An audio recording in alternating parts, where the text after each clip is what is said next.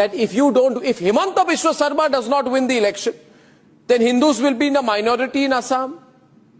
Why are you the only savior for Hindus in Assam? Even if Arnab, even if I will win election, Hindus will be minority in Assam in next 5 years, 10 years. Then what is the difference whether you are chief minister or not? Why have you not been able to stop that? Why have you not been able to block the borders? We are blocking borders, but Bengal must block borders. No, they are coming from Bengal to Assam. I am fighting. But they are coming from Bengal to Assam. You are saying they are coming from Bengal to Assam? No. Arnab, this is a porous border. For Bangladeshi, Bengal and Assam is not the destination. They are coming to India wherever they will get pockets. But the entries from Assam border, entries from which side? Bengal side or Assam side?